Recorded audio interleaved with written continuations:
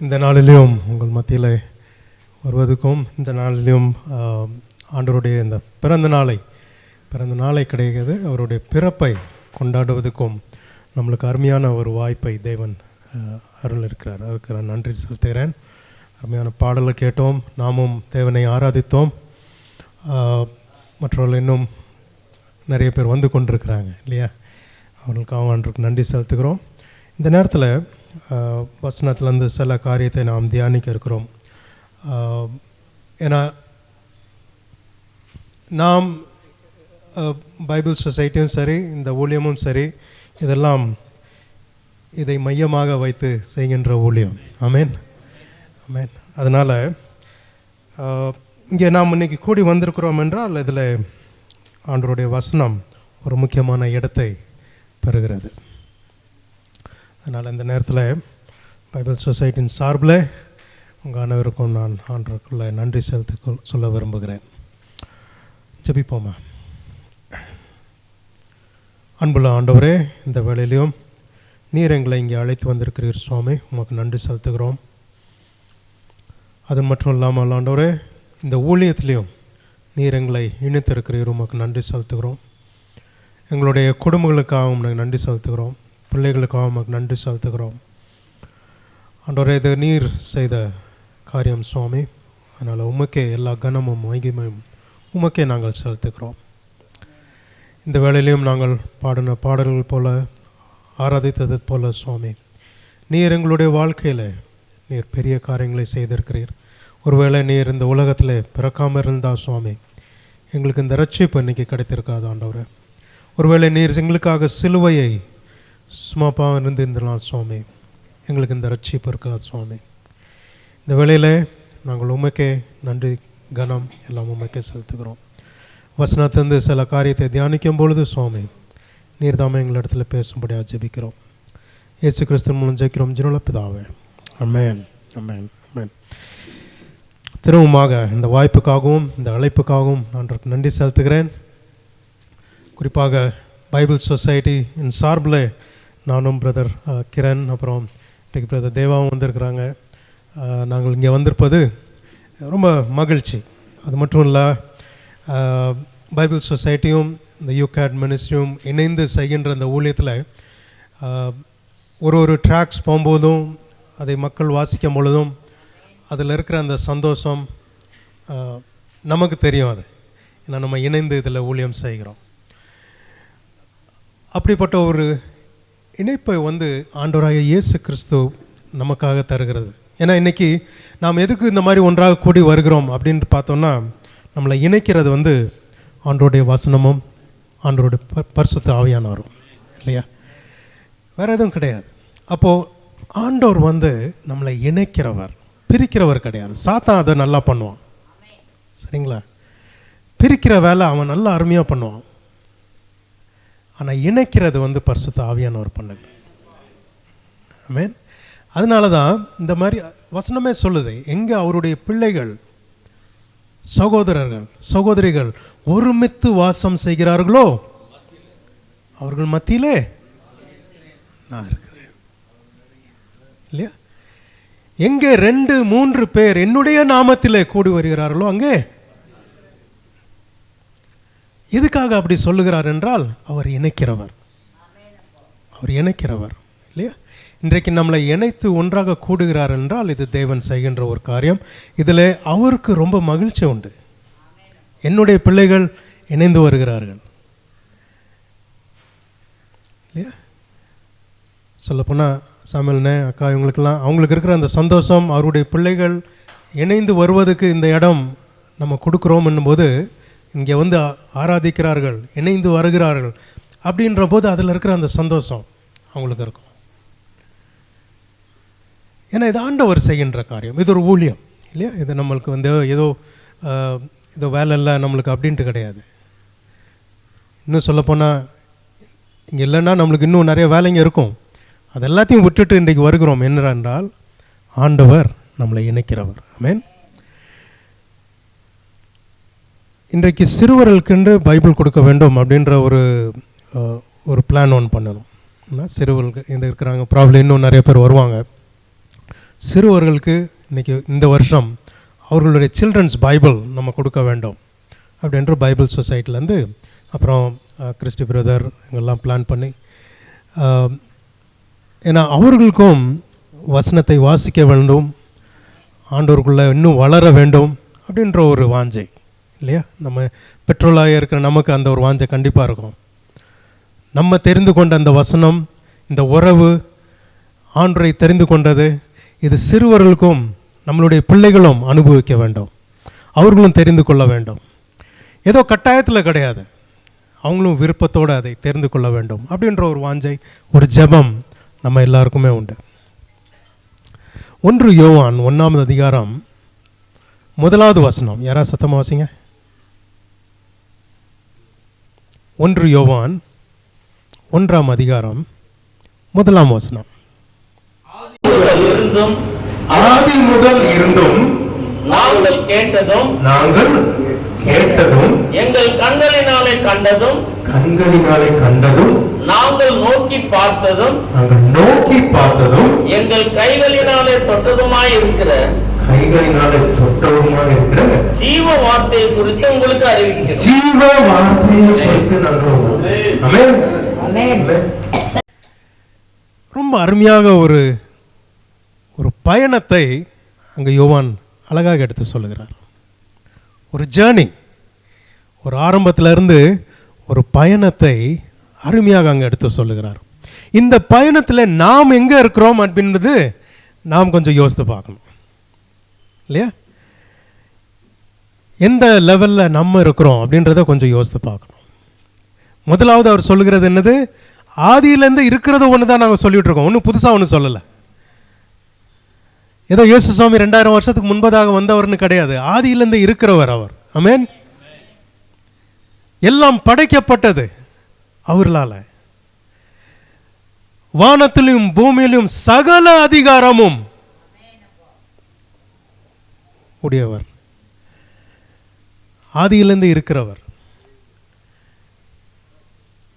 ஏன்னா நிறைய பேர் கேட்க ஆரம்பித்தாங்க, இது அவர் இந்த மரத்துலலாம் வெட்டி வேலை செய்வாங்கள்ல, கார்பெண்டர், அவங்க பையன் தானே இல்லை, இப்போ வந்தவன் தானே, இவனுக்கு என்ன தெரியும் அப்படின்னு பேசிகிட்டு இருக்கிற நேரத்தில் யோவான் சொல்லுகிறார், ஆதியிலே இருந்த அந்த வார்த்தையை நாங்கள் சொல்லுகிறோம்.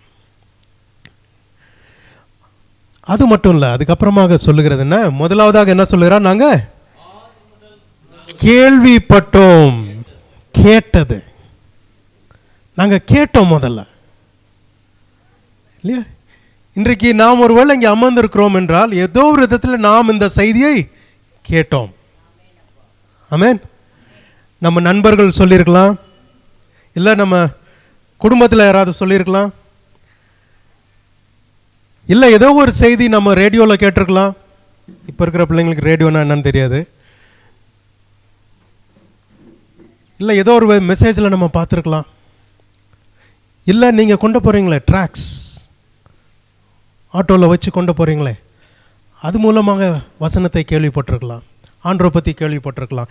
ஏதோ ஒரு விதத்தில் நாங்கள் கேள்விப்பட்டோம் முதலாவது. ஆனால் எங்கே பிரச்சனை வருதுன்னா, நிறைய பேர் அதே இடத்துல நின்றுறாங்க.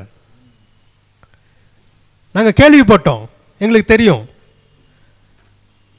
ஆனால் யோவான் அங்கே நிற்கலை.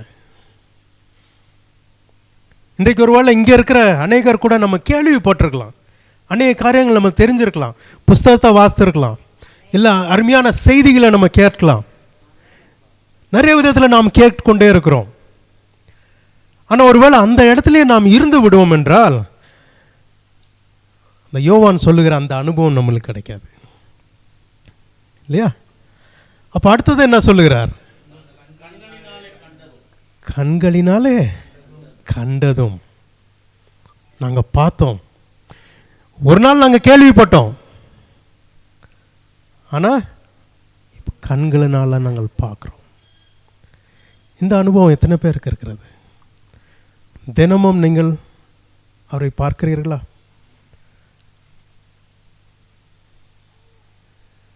கேட்குறது நம்ம எங்கேருந்து கேட்கலாம் இல்லையா? அமெரிக்காவில் ஒருத்தர் பேசுகிறது கூட நம்ம இங்கே உட்காந்து கேட்டுடலாம். ஆனால் அவர் பேசுகிறவரை பார்க்கணும் அப்படின்னா நம்ம என்ன பண்ணோம்? இன்றைக்கு வேணால் டிவியில் வேணால் பார்த்துடலாம் இல்லையா? ஆனால் அந்த காலத்தில் டிவியும் கிடையாது. அப்போ ஒருத்தரை பார்க்கணுன்னா நெருங்கி வர வேண்டும், ஒரு படி நெருங்கி வர வேண்டும், இன்னும் கிட்ட வர வேண்டும் பார்க்கணுன்னா. அப்போ எங்கேயோ இருந்த நாங்கள் இன்னைக்கு அவரை பார்க்குற அளவுக்கு கிட்ட வந்துட்டோம். ஒரு நெருங்கி வருகிறது, ஒரு முன்னேற்றம், ஆண்டவரோட நெருங்கி வருகிற ஒரு அனுபவம். எங்கேயோ இருந்து நாங்கள் கேள்விப்பட்டோம், அதான் அதுக்கப்புறம் பார்த்தோம். ஆனால் அங்கோட நிற்கல. அடுத்தது என்ன சொல்லுகிறார்? நோக்கி பார்ப்பது. ஏதோ பார்த்துட்டு போனோம் அப்படின்ட்டு கிடையாது, நோக்கி பார்ப்பது. இந்த இப்போ நான் இங்கேருந்து பார்க்குறேன், அங்கங்கே சேர்ஸ் எனக்கு தெரியுது, பார்க்குறேன் நான். ஆனால் எத்தனை சேர் இருக்குன்னு கேட்டால் எனக்கு தெரியுமா? தெரியாது இல்லையா? அப்போ நான் தெரியணும்னா கொஞ்சம் நோக்கி பார்க்கணும், கொஞ்சம் கவனித்து பார்க்கணும், எத்தனை இருக்குன்னு நான் எண்ணி பார்க்கணும் இல்லையா? கவனம் செலுத்துவது. இன்றைக்கு நிறைய பேர் வசனம் வாசித்துடுறாங்க, ஆனால் கவனம் இருக்காது. செய்தி கேட்பாங்க உட்காந்து, ஆனால் கவனம் இருக்காது இல்லையா? சபையில் உட்காந்துருப்போம், செய்தி கேட்போம், ஆனால் கவனம் அங்கே இருக்காது. வசனத்தை வாசிக்கிறது ஏதோ ஒன்று வாசித்துருவோம், ஆனால் கவனம் இருக்காது. நோக்கி பார்ப்பது என்பது கவனிப்பது. ஆண்டவர் நம்ம இடத்துல பேசும் பொழுது அதை ஏனோ தானோன்னு விட்டு அப்படி போகிறது கிடையாது, கவனிப்புகிறது. நாங்கள் கவனித்தோம் அப்படின்னு சொல்லுகிறார். இவன் என்ன சொல்கிறாரு? நாங்கள் கவனித்து பார்த்தோம், அவரை நோக்கி பார்த்தோம். We paid all attention. அவரை நோக்கி பார்த்தோம். மற்றவர்கள் பார்க்கறதுக்கும் நாங்கள் பார்க்கறதுக்கும் ஒரு வித்தியாசம் இருந்தது. அந்த வித்தியாசம் நமக்கு இருக்கிறதா? இன்னைக்கு உலகத்தில் மற்றவங்களும் இயேசு சுவாமி ஒரு விதத்தில் பார்க்குறாங்க, நான் அவங்க பார்க்கறதுக்கும் நம்ம பார்க்கறதுக்கும் வித்தியாசம் இருக்குல்ல. ஏன்? நம்ம நோக்கி பார்க்கிறோம். நிறைய பேர் சிலுவையை பார்த்துட்டு இயேசு சுவாமியை கணக்கு போடுவாங்க, ஆனால் நாம் இயேசு சுவாமியை பார்த்துட்டு சிலுவையை கணக்கு போடுகிறோம். அதான் நமக்கு இருக்கிற வித்தியாசம். மற்றவங்க என்ன சொல்லுகிறார்கள்? அவர் ஏதோ தப்புன்ட்டார்ப்பா, தான் அவரை கொட்டாங்க அப்படின்வாங்க இல்லையா? ஆனால் நமக்கு தெரியும் அந்த சிலுவத்தினுடைய ஏதோ வந்து சாபம்னு சொன்னாங்களோ அதை நம்ம வந்து ஆசீர்வாதம்னு சொல்கிறோமே. ஏன்? நோக்கி பார்க்கிறோம். அந்த நோக்கி பார்ப்பது யோவான் சொல்கிறார், அந்த அனுபவம் எங்களுக்கு இருந்தது. இன்றைக்கு அந்த அனுபவம் நம்மளுக்கு இருக்கணும்னா ஒருவேளை நாமும் இயேசு சுவாமியை பார்க்கிறதும் நோக்கி பார்ப்பதிலும் நம்மளுக்கு ஒரு வித்தியாசம் இருக்கும். கவனிக்கிறது, அவருடைய வசனத்தை எதுந்தானோ கேட்டுட்டு அந்த லெவல்லே அப்படி போயிடாம நெருங்கி வருவது, அவரை பார்ப்பது, நோக்கி பார்ப்பது. ஆனால் அங்கோட நிற்கலை. கடைசி என்ன சொல்கிறார்? ஆமென். எங்களுடைய கைகளினாலே தொட்டதும். கேட்கறது நம்ம எங்கேருந்தும் கேட்கலாம், ஆனால் ஒரு இதை தொட வேண்டும் என்றால் கிட்ட போய் தான் நினைக்கிறேன் இல்லையா? நீங்கள் அங்கேருந்து பார்க்கலாம், இங்கே ஒரு பைபிள் இருக்குது, டேபிளில் ஒரு பைபிள் இருக்குதுன்னு நீங்கள் பார்க்கலாம், ஆனால் இதை நீங்கள் தொடணும்னா இங்கே வரணும் இல்லையா? அப்போது இப்படி ஒரு நெருங்கிய உறவை நாங்கள் இயேசு சுவாமிகிட்ட எங்களுக்கு இருந்தது அப்படின்ட்டு யோவான் சொல்லுகிறார். எங்கேயோ இருந்த நாங்கள், எங்கேயோ நாங்கள் கேள்விப்பட்டோம், அவரை பார்த்தோம், நோக்கி பார்த்தோம், கைகளினாலே தொட்டோம். நெருங்கி வருகிறது. இதில் நாம் எந்த இடத்துல இருக்கிறோம்? கொஞ்சம் நேரம் நம்ம யோசித்து பார்ப்போம். ஏதோ தினமும் அப்படி கேட்டுட்டு அப்படி போயிடுறோமா? இல்லை தினமும் அவரை பார்த்து விட்டு தூரத்துலேருந்து இருக்கிறார்ப்பா, நான் எங்கேயோ போயிட்டாருன்னு நினச்சேன், இன்னும் இங்கே தான் இருக்கிறார் அப்படின்னு போயிடுறோமா? இல்லை அவரை நோக்கி பார்த்து அவர் எனக்காக என்ன சித்தம் வைத்திருக்கிறார், நான் என்ன செய்ய வேண்டும் நினைக்கிறார் என்றதை கவனிக்கிறோமா? இல்லை அனுதினமும் அவரோட நெருங்கி இருக்கிற அந்த ஒரு அனுபவம் நமக்கு இருக்கிறது. இந்த ஒரு அனுபவம் நமக்கு வேண்டும். நெருங்கி இருப்பது இன்றைக்கு கிறிஸ்தவ சமுதாயத்தில் ரொம்ப குறைந்து விட்டு வருகிறது. கேட்கறது நிறைய பேர் இருக்கிறாங்க, நல்லா கேட்டுட்டு கை தட்டிட்டு போயிடுவாங்க, அவ்வளோதான். செய்தி ரொம்ப நல்லா இருந்துச்சு பிரதர் அப்படின்னு போயிடுவாங்க. அங்கே விஷயம் இல்லை. நாம் எவ்வளவு நெருங்கி வருகிறோம். ஏன்னா நெருங்கி வரும் பொழுது தான் அவர் நமக்காக வைத்திருக்கிற சித்தம் என்ன என்பது நம்மளுக்கு தெரிய வரும். பேதுரு அதை ரொம்ப அனுபவியாக அவர் அனுபவிச்சார். அதை சரிங்களா, அதை அனுபவிச்சு பார்த்தார். 3 வருடம் இயேசு சுவாமி கூட இருந்து அவர் போன இடம்லாம் போனார், செய்தது எல்லாத்தையும் பார்த்தார். ஆனால் கடைசியாக அவரை செலங்கு போட்டு எடுத்துகிட்டு போகிறாங்க. தூரத்துலேருந்து அப்படியே வரார், பார்த்துட்டே வரார். ஒரு அம்மா, வேலை செய்கிற அம்மா கேட்குறாங்க, நீயும் கூட இருந்தான் தானே அப்படின்னு. ஒன்று என்ன சொல்லிட்டாரு, எனக்கு தெரியாது அப்படின்ட்டார். எனக்கு அவர் தெரியாது. நம்மெல்லாம் ஒருவேளை கேள்வி பண்ணலாம், என்னடா 3 வருஷம் கூட இருந்துட்டு கடைசியில் எப்படி மறந்துடுச்சிட்டாரு அப்படின்னு. ஆனால் விஷயம் அப்படி கிடையாது. 3 வருஷம் கூட இருக்கும் பொழுது அவர் பார்த்த இயேசு கிறிஸ்து வேற. தண்ணி மேலே நடக்கிற இயேசு கிறிஸ்துவை பார்த்தார். ஒரு வார்த்தையில் ஸ்டாம், மழை, பெரிய அலைங்க வருகிறது, எல்லாத்தையும் அமைதியாக்குனதை பார்த்தார். 5000 பேரை போஷிக்கிறத பார்த்தார். டாக்டர்லாம் கைவிட்டு கிடக்கிற வியாதியஸ்தரை சோகமடுத்துற பார்த்தார். ஆனால் இப்போ கையில் செயின் பண்ணி இழுத்துட்டு போகிறாங்க, காரி துப்புறாங்க, அடிக்கிறாங்க, அமைதியாக போயிட்டுருக்கிறாரு. யார் இவர்? எனக்கு தெரியல அப்படின்ட்டார்.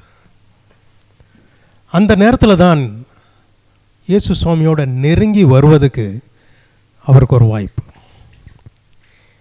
இயேசு சுவாமி என்றால் யார் என்று தெரியாததை, அது ஏதோ பொய் சொல்லிட்டாருன்னு நினைக்காதீங்க. ஏதோ தன்னை காப்பாற்றினதுக்காக பொய் சொல்லலை, உண்மையை தான் சொல்கிறார். ஏன்னா இந்த இயேசு கிறிஸ்து எனக்கு யாருன்னு இது வரைக்கும் தெரியல. இன்றைக்கு ஒருவேளை நாம் வருடக்கணக்காக இயேசு சுவாமி கூட இருந்திருக்கலாம். ஆனால் அவர் தெரியுமா எந்த அளவுக்கு நெருங்கி வந்திருக்கிறோம்? ஏதோ நாம் கேட்டுக்கொண்டு போகிற அந்த கூட்டத்தில் இருக்கிறோமா? இல்லை ஏதோ தூரத்துலேருந்து அப்படி பார்த்துட்டு போகிற கூட்டத்தில் இருக்கிறோமா? இல்லை நோக்கி பார்த்துட்டு எல்லாம் நல்லா தான் இருக்குது அப்படின்னு போயிடுறோமா? இல்லை அவரை தொட்டு பார்த்து தினமும் அனுபவிக்கிற ஒரு நிலைமையில் நாம் இருக்கிறோமா? சிறுவர்களுக்கென்று இன்றைக்கு பைபிள் கொடுக்குறோம். அதை வச்சு நான் சொல்லிட்டு ஒரு காரியத்தை சொல்லி நான் முடிக்க விரும்புகிறேன். இயேசு சுவாமி காலத்தில் சிறுவர்களுக்கு வசனமும் கொடுக்க மாட்டாங்க. அதே நேரத்தில் அவர்கள் போய் ஒரு கேள்வி கேட்கணும், ஏதோ ஒரு காரியம் அவங்களுக்கு புரியலை, ஒரு போதகர்கிட்டையோ இல்லாட்டி சபையில் போய் யார்கிட்டையும், அங்கே தேவாலயத்தில் போய் யார்கிட்டையும் பேசணுன்னாலும் விட மாட்டாங்க. ஒருத்தருக்கு அட்லீஸ்ட் 12 வயசாவது இருக்கணும். 12 வயசு வரைக்கும் அவங்க போய் பேச முடியாது. அப்படி இருந்த ஒரு காலகட்டம். அதனால தான் சிறு பிள்ளைகள் இயேசு சுவாமி இடத்துல ஓடி வரும்பொழுது சீசருங்க என்ன சொல்கிறாங்க, தட்டுறாங்க. அவங்க ஒன்றும் தப்பு செய்யலை. அந்த காலத்தில் இருந்தது சிறு பிள்ளைகள் ஒரு 12 வயசாவது இருக்கணும். 12 வயசுக்கு அப்புறம்தான் ஒரு போதகர்கிட்ட போய் பேசுகிறதோ கேள்வி கேட்குறதோ அவங்களுக்கு அனுமதி உண்டு. அதனால்தான் இயேசு சுவாமி கூட 12 வயசு பொறுமையாக இருக்கிறார். ஏன்னா தேவாலயத்தில் போய் குருவானர்கிட்ட பேச முடியாது. 12 வயசு அமைதியாக அவரும் பொறுமையாக இருந்துட்டு 12 வயசு முடிந்ததுக்கு அப்புறம் தான் என்ன பண்ணுறாரு, அங்கே ஸ்டே பண்ணிட்டார் இல்லையா, பேச ஆரம்பிச்சிட்டார். மரியாளுக்கும் யோசேப்புக்கும் வருஷம் போயிட்டு அப்படி வந்துடுவார் அப்படின்னு நினச்சிட்டு இவங்க கிளம்பிட்டாங்க. ஏன்னா அப்படி தான் வருஷம் பண்ணிட்டுருந்தார். அவர் போயிடுவார். ஆனால் 12 வருஷம் முடிஞ்சதுக்கு அப்புறம் 13வது வயசில் தேவாலயத்தில் தங்குறார். 3 நாட்கள் அங்கே இருக்கிறார், பேசி கொண்டிருக்கிறார். ஏன்னா 12 வயசாவது அந்த காலத்தில் இருக்க வேண்டிய ஒரு சூழ்நிலை. ஆனால் இயேசு சுவாமி வந்ததுக்கப்புறம் அதை மாற்றுகிறார். ஆமென். அந்த அந்த சிஸ்டம், அந்த காலத்தில் இருந்த, அந்த காலகட்டத்தில் இருந்த அந்த சிஸ்டத்தையே மாற்றுறார். மற்றவர்களுக்கும் இயேசு சுவாமிக்கும் இருக்கிற, குருவானவர்களுக்கும் இயேசு சுவாமிக்கும் இருக்கிற அந்த வித்தியாசம் அவர் எடுத்து சொல்லுகிறார். என்னுடைய இடத்துல, என் இடத்துல வர்றதுக்கு சிறு பிள்ளைங்களை தடை பண்ணாதீங்க. மற்றவங்க என்ன தடை பண்ணலாம், சிஸ்டம்ஸ் போடலாம், இந்த வயசு இது தெரியணும் அது தெரியணும். ஏன்ட்ட வர்றதுக்கு ஆமென், சிறுவர்கள் ஏன்ட்ட வரட்டும். கேள்வி இருக்குதா கேட்கட்டும், புரியலையா கேட்கட்டும், இன்னும் ஏதாவது தெரியணுமா கேளுங்க, நாங்கள் சொல்லித்தரோம். அதுதான் இயேசு கிறிஸ்து செய்கிற ஒரு காரியம். இன்றைக்கு நம்மளுடைய பிள்ளைகள் இங்கே வசனத்தை கொண்டு போகிறாங்க, வாசிக்கிறாங்க அப்படின்னா ஒருவேளை நம்ம யோசிக்கலாம், இவங்க சிறு பிள்ளைகள், இவர்கள் என்ன புரியும்னு. ஆனால் அவர்களுக்கு கற்று தருகிறவர் யார்? பரிசுத்த ஆவியானவர். அப்பா ஊழியத்துக்கு போகும்போது அவங்களுக்கு ஒரு ஜெபம். என்ன ஜெபம்? ஆண்டவரே, நான் போயிட்டு கிராமமாக மலை மலையாக போய் ஊழியம் செஞ்சுட்டு வரேன், என்னுடைய பிள்ளைங்க திடீர்னு வீட்டுக்கு வரும்போது என்ன அங்கிள் எப்படி இருக்கிறீங்கன்னு கேட்டுறக்கூடாது இல்லையா? இல்லை ஒரு பாவமான வாழ்க்கையில் அவங்க போயிட்டுருக்கக்கூடாது. நான் போய் ஊழியம் செய்கிறேன், மலை மலையாக கிராமமாக போய் ஊழியம் செஞ்சிட்ருக்கிறேன், ஆனால் பிள்ளைங்களுக்கு என்னுடைய நிலைமை என்ன ஆகும்? அதுக்கு ஆண்டவர் கொடுத்த காரியம், உன்னுடைய பிள்ளைகள் கர்த்தரால் போதிக்கப்பட்டிருப்பாங்க, அவர்களுடைய சமாதானம். ஆமென். அதோடைய சாட்சி நான். அந்த ஜெபத்தின் சாட்சி நான். அப்போ இன்னைக்கு நாம் பெற்றோர்களாக இருக்கிற நாம், நம்மளுடைய ஜெபம் என்ன? நம்மளுடைய பிள்ளைகள் கர்த்தரால் போதிக்கப்பட வேண்டும். ஏன்? நமக்கே நிறைய காரியம் தெரியாது இல்லையா? நம்மளே இன்னும் நிறைய காரியத்தை கற்றுக்கொண்டிருக்கிறோம். ஆனால் கர்த்தர் போதிக்கிறவர். உன்னுடைய பிள்ளைகள் கர்த்தரால் போதிக்கப்பட்டிருப்பார்கள், அவர்களுடைய சமாதானம் பெரிதாக இருக்கும். அப்போ இன்னைக்கு நாம் சிறு பிள்ளைகளுக்கு ஆண்டவருடைய வசனத்தை எடுத்து கொடுக்கும் பொழுது ஏதோ ஒன்று வருஷம் ஏதோ கொடுக்குறோம் அப்படின்ட்டு கிடையாது. எதிர்காலத்தில் இல்லாட்டி இன்னும் சில நாட்களில் அவர்கள் கிறிஸ்துவில் ஏதோ கேள்விப்பட்டோம் அந்த நிலைமை இருக்கக்கூடாது. அந்த நிலைமையில் அவங்க இருக்கக்கூடாது. இயேசு சுவாமியை பார்க்கிறவர்களாக இருக்க வேண்டும், நோக்கி பார்க்கிறவர்களாக இருக்க வேண்டும், அவரை தொட்டு பார்க்கிறவர்களாக இருக்க வேண்டும், தினமும் அவரை அனுபவிக்கிறவர்களாக இருக்க வேண்டும். அந்த ஒரு ஜெபத்தில், அந்த ஒரு இதில் இன்றைக்கு நாம் அவர்களுக்கு இந்த வசனத்தையும் இதை கொடுக்க இருக்கிறோம். Can I have one Bible? Children's Bible ஒன்று can you give me?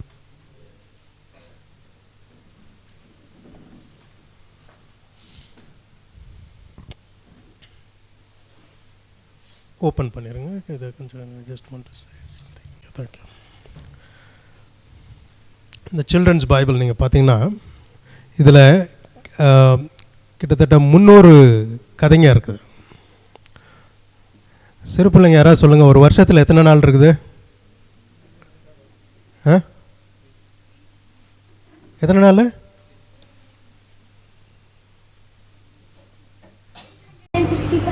Exactly.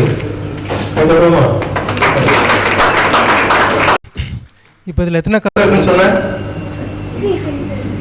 ஒரு வருஷத்தில் முடிச்சிடலாமா?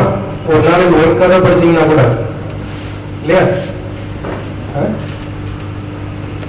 அதுதான் எங்களுக்கு வேண்டும்.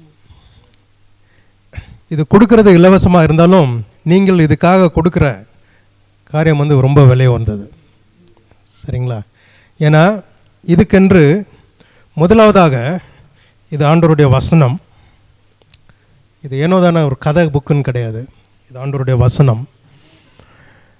இதை வாசிக்கும் பொழுது அவரை பற்றி தெரிந்து கொள்வது மட்டும் கிடையாது, அவருடைய வாழ்க்கை மாற்றி அமைய வேண்டும்.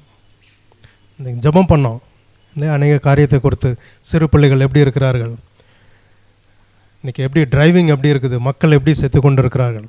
இதுக்கு எல்லாத்துக்கும் நீங்கள் பார்த்தீங்கன்னா காரணம் எங்கே நிற்கும்னா ஆண்டோடைய வசனமும் அவரோட இருக்கிற அந்த உறவும் தான், வேறு எதுவும் கிடையாது. சுயநல வாழ்க்கை அப்படின்னு வரும்பொழுது அதெல்லாம் எதிர்பார்க்க வேண்டிய ஒன்று. நினைச்ச போல மக்கள் வாழ்கிறார்கள் அப்படின்னும் போது அதெல்லாம் நடக்க தான் செய்யும். அப்போ அதுலேருந்து மாற வேண்டும் அப்படின்றால் வசனம். நாம் எப்படி வாழ வேண்டும், நாம் மற்றவர்களோட எப்படி பழக வேண்டும், மற்றவர்களுடைய வாழ்க்கை எவ்வளோ முக்கியம், எல்லாம் சொல்லித்தரது ஒன்று தான் வசனம். அதனால் சிறு பிள்ளைகளுக்கு இது வாங்கி செல்லும் பொழுது I just want to encourage that at least one story a day, ஒரு நாளைக்கு ஒரு கதை வாசிங்க. அது என்னன்னு புரிகிறதுக்கு பாருங்கள். உங்களுக்கு புரியலையா கேளுங்க, டோன்ட் ஸ்டாப். நாங்கள் சிறு பிள்ளைகள் இருக்கும்போது கூட கேள்வி கேட்டால் கோவப்படுவாங்க. சும்மா விசுவாசிங்க அப்படின்ட்டு போயிடுவாங்க. அப்புறம் தான் தெரிய வந்துருச்சு அவங்களுக்கு பதில் தெரியலன்னு.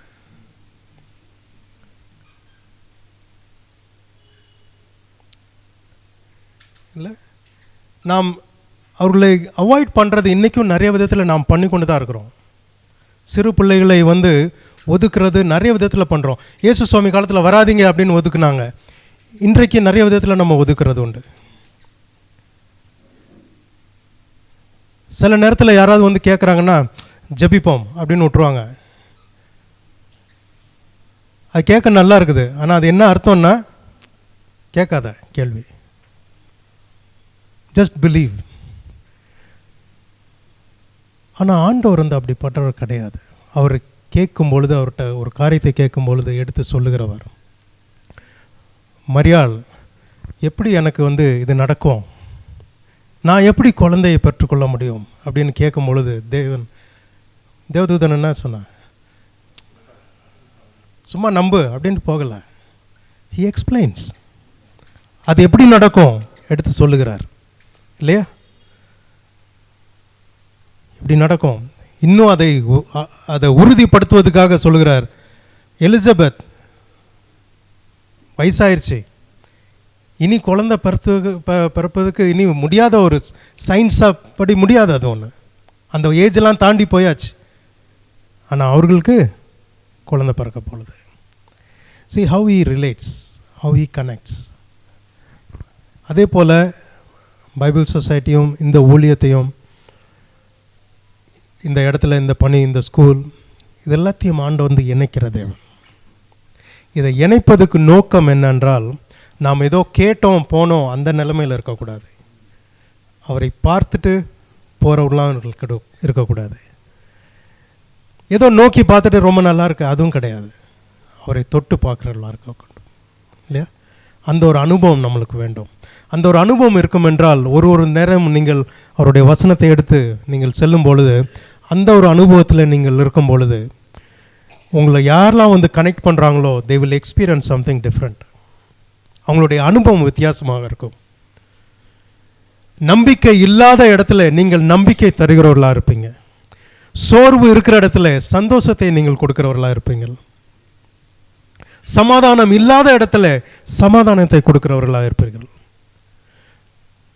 அப்போ யாரெல்லாம் உங்களோட தொடர்பு கொள்கிறார்களோ அவர்கள் எல்லாரும் ஒரு வித்தியாசத்தையும்,